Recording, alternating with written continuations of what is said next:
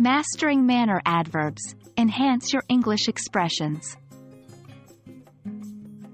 Hello, English language learners. Welcome back to our Grammar Fundamentals series. Today, we're delving into a fascinating aspect of English grammar, adverbs of manner. We'll look at their placement, their function, and some common rules and exceptions. By the end of this video, you'll be able to use these adverbs with more confidence and precision to elevate your English skills. So, let's get started. Adverbs of manner are words that describe how an action is done. They give more information about the verb in a sentence. For instance, in the sentence, "She sings beautifully, beautifully," is an adverb of manner as it tells us how the action, singing, is done. Remember, adverbs of manner often end in "ly," like quickly, happily, or slowly, but there are exceptions like well, hard, and fast.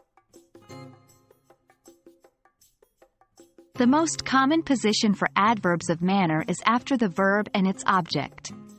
For instance, in "He read the book quickly," quickly comes after the verb read and the object, the book. However, to emphasize the adverb, you can place it before the verb. For instance, "He quickly read the book" emphasizes the speed of reading.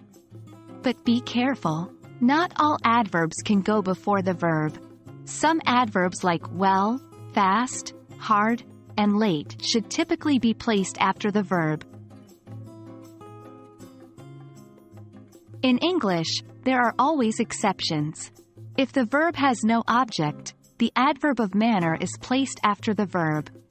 For example, "She sang beautifully," not "She beautifully sang."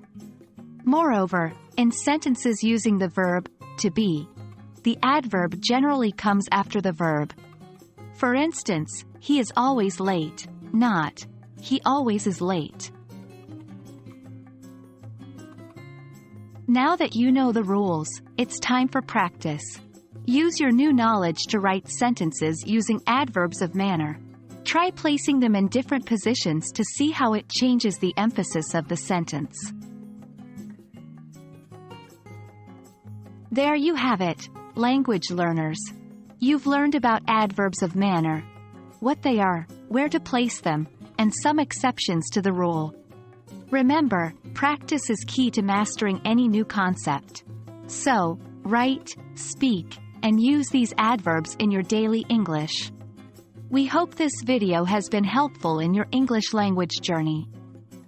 Keep practicing, and as always, happy learning.